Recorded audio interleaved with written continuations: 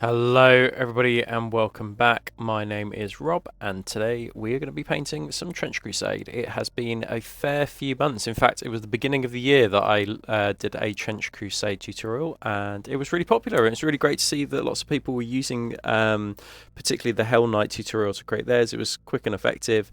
But I have had the opportunity recently to do a Red Brigade commission, including this display board and the infantry models that go with it as well. And I thought I'd record the process and kind of create a tutorial out of it. Now, the actual board tutorial can be found exclusively on my Patreon.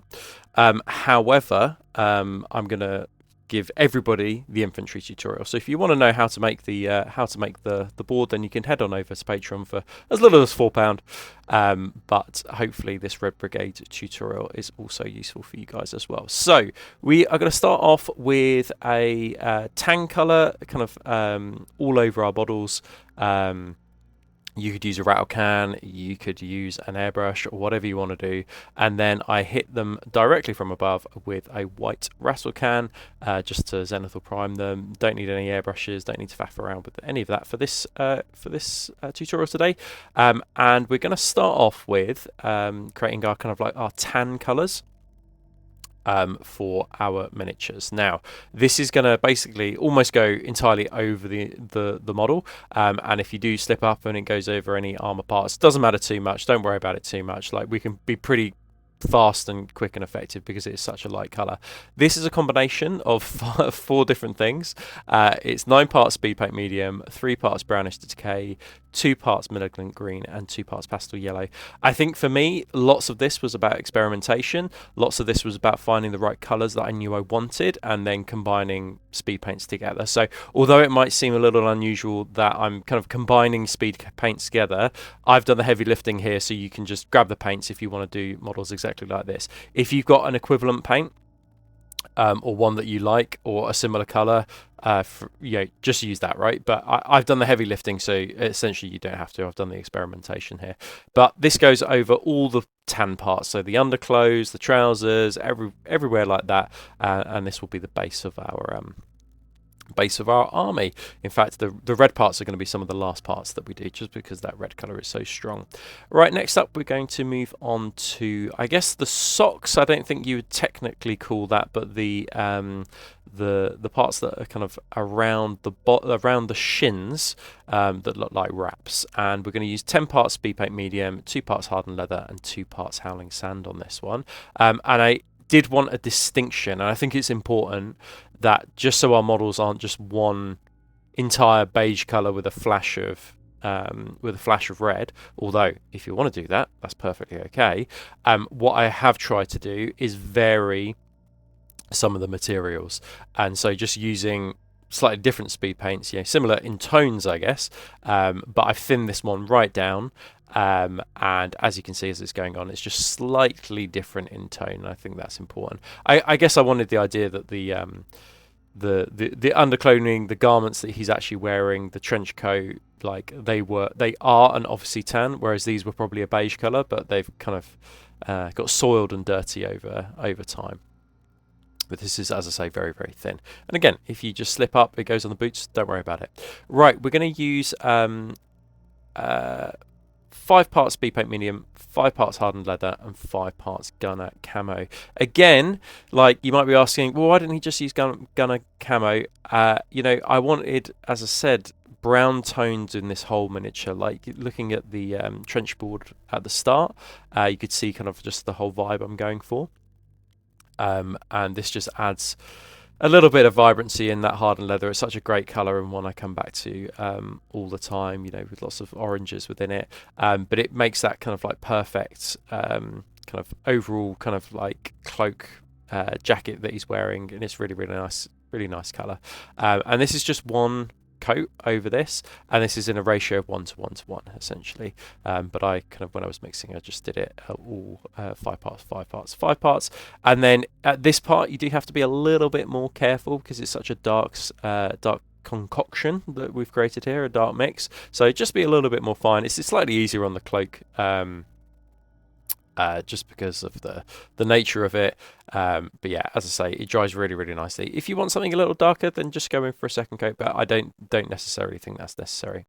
Right, we're going to use straight up Satchel Brown now. Satchel Brown is a colour that I've used an awful lot on this project. It's a colour that I've used a lot on the board, on the bases, but also on any leather elements as well. So the boots, the rucksacks, I don't think he probably called them rucksacks in 1914. Any straps as well. This is going to be the base coat of our model, and then we're going to use hardened leather on all of the boards, the duck boards, the wooden slatting, for our bases.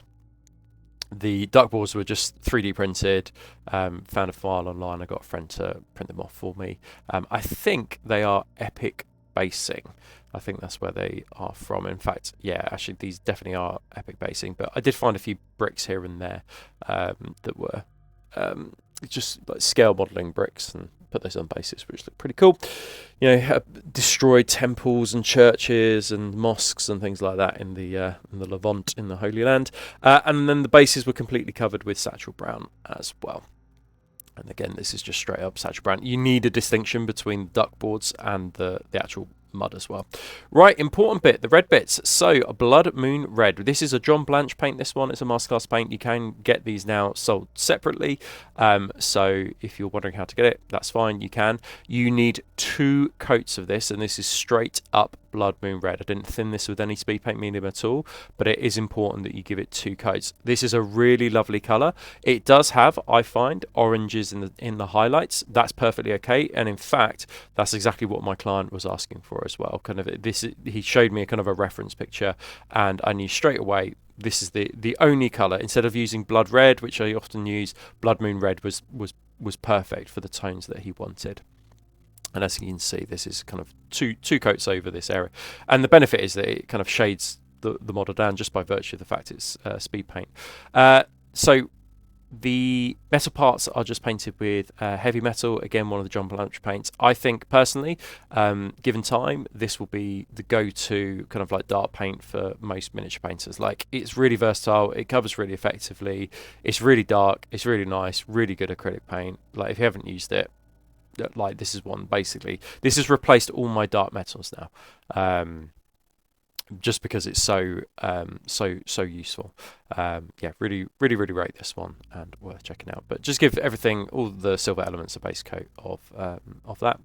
Right, next up, we're going to use a combination of dark verdigris and burnt umber. Now, this is probably about 2 parts burnt umber to 1 part dark verdigris.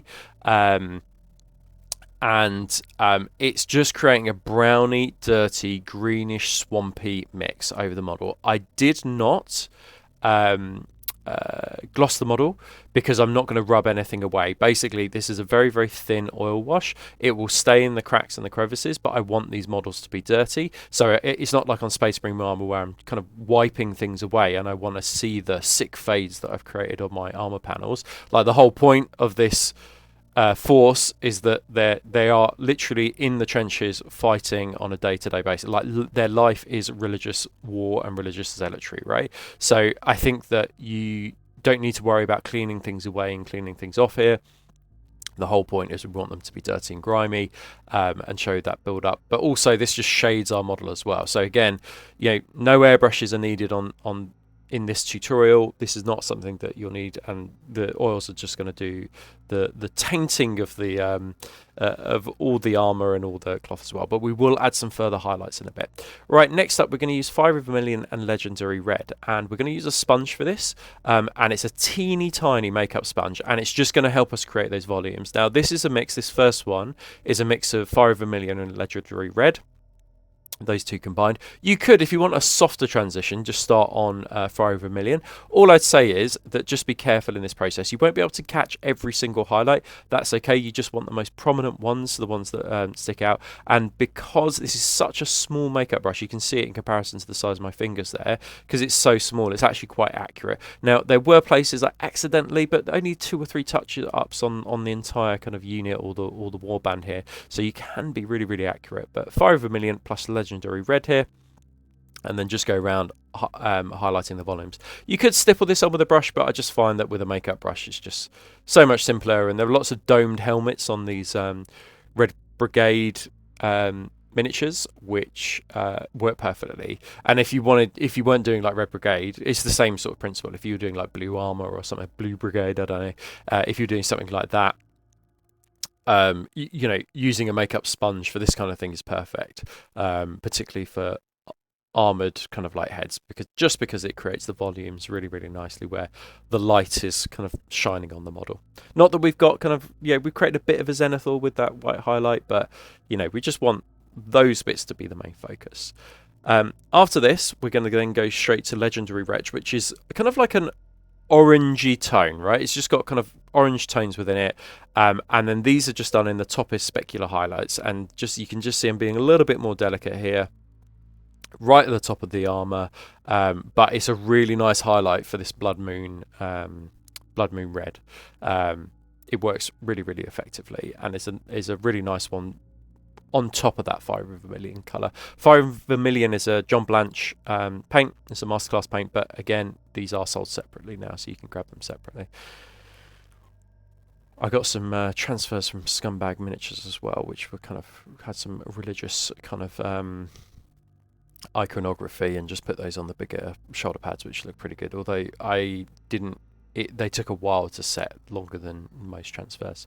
Right, a mix of obsidian skin and rough iron. We're just going to mix those two together to create kind of like chipping on the armor, dirt chipping, where the armor started corroding, and then I'm using tweezers and a tiny little bit of sponge here. This way, using tweezers, I can be more accurate. That's the reason I'm using it. I don't want it to go on the any of the kind of like the tan elements.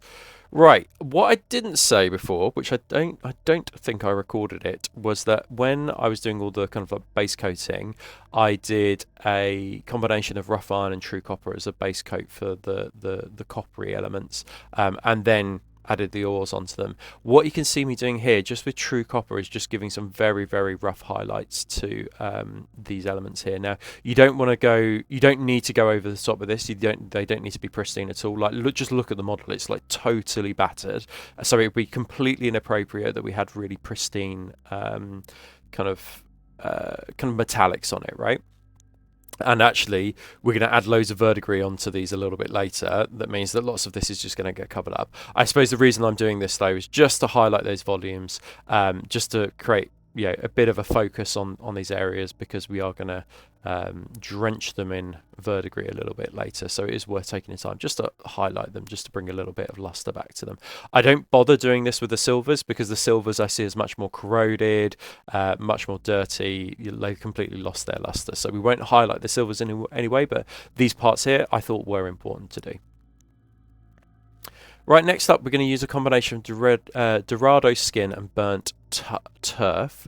And you will see me playing around a lot with mixing colours to get an appropriate highlight colour. What I want to do, and what I've wanted to do for a long time, is to almost like create a guide where you've got a speed paint, and then what's the next edge highlight colour, and what would that be? But because I've mixed colours together, I'm also having to mix the acrylic Fanatic paints together in order to get like a natural highlight. So again, I've done the heavy lifting, so you don't have to go backwards and forwards, but this is a Dorado skin and burnt tough 50-50 mix here, and I felt that that was like an appropriate highlight for our tan colour. And what you can see me doing here on just the raised areas that have been left alone by that speed paint, I'm just going around and just making small kind of edge highlights, and I'm not feathering, not doing anything like that. You know, the speed paint's done the heavy lifting for me, and I'm just going around, I'm just kind of edge highlighting and doing a bit of highlights here and there on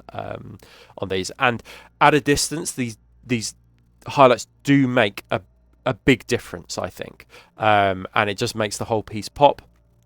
And actually, it didn't take me that much time. You know, for a whole squad, it probably took me 20 to 30 minutes just to go round and do each one. There's not that much tan on there, and just do the raised area. So it's, I think personally, I know like Grimdark is not about this whole kind of process of like edge highlighting, but it's worth the effort.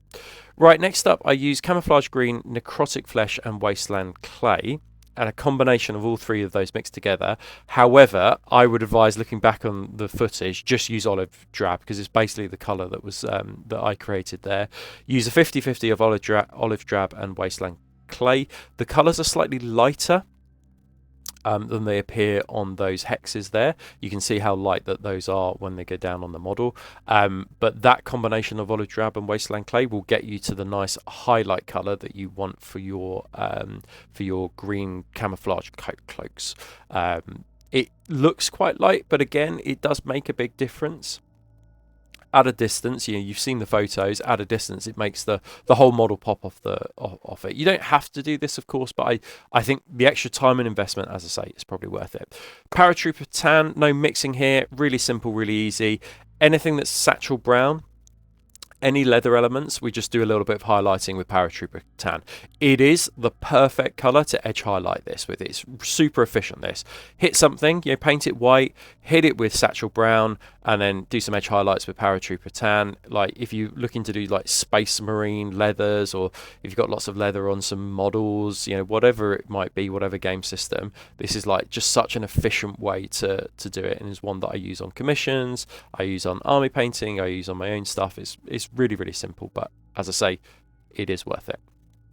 All the buttons, I don't do it on screen, but all the kind of like buttons on these leathers as well, I do go back in and paint with some heavy metal, just to make sure that all the details are done, as this is a commission, so it's important that all the details are done correctly. Right, this is a combination of Turquoise Lights by Aplung 502, and then this is, I believe, Viridian Hue, which is a Winsor & Newton oil colour, which is basically a darker version of Turquoise Lights. It's just got less white, like titanium white in it, basically. And I've mixed the two together because Viridian Hue was a little bit too dark, Turquoise Lights was a little bit too light, and created this kind of like Goldilocks verdigris wash that will dry nice and matte and will kind of create a look and vibe to the overall kind of like feel of the model, just to show age, patinas, weathering, verdigris, whatever you want to describe it. But yeah, it's the kind of perfect grimdark vibe, but also it does add some color contrast against the red as well. You've got greens and reds, which it will help both of them pop, particularly the reds. It will help the reds pop. When you put a contrasting color against it, it will help the other color pop. Which is why I did the board, and I talk about it in my Patreon video, why I did the board in lots of greens and used quite a lot of like moss enamels, which is that I knew that I wanted the trench board with quite a lot of greens on it. And we're about to come to it here, because you want to make the reds pop off, because with a board that busy, things can easily become kind of lost. So we're going to use some Slimy Grime, which is a greenish grime enamel effect from Ammo, and then I've thinned this right down, and then I'm adding this to the duck boards to show the build-up of moss. I'm adding it to sandbags, I'm adding it to bricks as well. I want the idea that this is in the dark, it's grimy, it's wet all the time. I did some research about wood, moss build up on sandbags. Yes, it does, as long as it's like wet and it's in the dark, and those kinds of things, right? So adding greens to the things on the bases is going to be massively useful, because it will also help and contrast the models, just using a little bit of color contrast as well. So there's method in my madness here, but as well as looking a bit grimdarky, there's also some color consideration. And then I'm using moss deposits. This is by AK. This is a really valuable paint, actually, if you're doing kind of like things like buildings. This becomes in real handy. And again, on the board I use it, particularly on the cross. You can see like the places where the moss is built up on the concrete cross. And then this is thinned right down, and this is added. It dries very, very light, so just bear that one in mind. But you can be a bit sparing here, but you've got that two-tone kind of green, which is really nice and just adds to the overall effect. Multiple layers of weathering effects is always what this kind of like type of modeling is all about.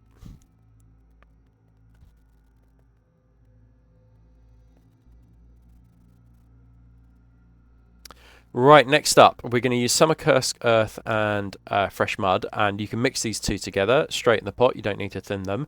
I would, just before we do this stage, matte everything down, or kind of use a combination of matte and satin just to protect those models, and then we can use this Fresh Mud and this Earth combined together, and then this will give kind of like a wet look and vibe to the overall kind of bottom of these things. It will make it look dirty. We can use a sponge. You can use splattering effects as well. I find a sponge is just much more efficient and creates kind of like a similar effect.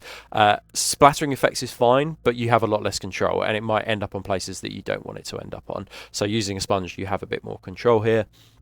And then this will kind of dry a little bit satin. It will dry matte in some places. Works really, really effectively. I had these two left over from Iron Keep's course that he did in the UK this year. So, and I actually hadn't opened them, so I thought, you know what, I'll give them a try, give them a go, see what's what. So use this around the feet, bottom of feet, but particularly the bottom of cloaks.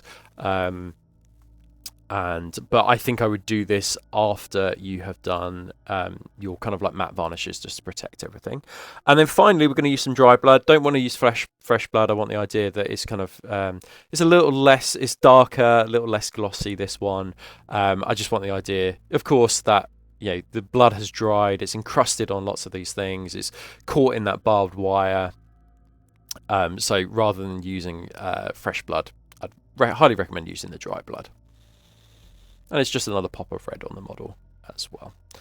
On the shield in particular, like massively useful on the shield. It's got loads of points. You can imagine him using it as a shield, but also as a weapon as well. So you can just do. I quite like the idea that juxtaposition of a splat of blood against the saint's face. That kind of thing. I think is pretty fun and pretty cool and pretty on brand and on theme. So that's it. That is basically how to do it. You just do the black rim bases, and then you're essentially there. And what you can see here is me just adding the models and just positioning the models where I think they'll probably look best. I've got a lot more Red Brigade to do. I think I've got about another 30 models to do. I just wanted to get the board done first, make sure the client was happy with it, then do the first lot of models as a tutorial, but again, just to make sure that the client was happy. And then I'll be cracking on now that I've got this tutorial. I can kind of refer back to it, so it's not just for you guys, it's also for me as well, for posterity. But as you can see, the red really pops off the base as a result of all that kind of like mossy green. That was a factor in kind of that moss, but I think kind of looks pretty suitable for like the World War I 1914 religious war setting. So yeah, I hope you've enjoyed this one, guys. I hope it's been useful, and hopefully, if you aren't painting a Red Brigade, then it might be useful for just generally more Trench Crusade things anyway. The other thing I would just want to say is a massive thank you to the Army Painter for helping support making these videos. Without them, I would not be on this YouTube journey. And then just a final massive thank you to my Patreons as well. So I do extra tutorials each month. I do Q&A sessions which are exclusive to Patreon. But you can go sign up for as little as £4 a month and get access to those. And in fact, you can get access to how I created this board, including kind of like how I built it, and then the painting of this board as well. So hopefully that's useful. But again, massive thank you to the Patreons. I only started it really relatively like 5, maybe 6 months ago. I'm really overwhelmed by the support. And it just helps me pay the bills. Like, that's also, it helps me make more tutorials, but really, it helps me pay my mortgage, pay my bills, and I just massively appreciate it. So thanks ever so much, guys. Anyway, I will leave you with just a final photo of the Trench Crusade board. But thanks ever so much for watching, and don't forget to like and subscribe as well, and I shall see you guys on the next one.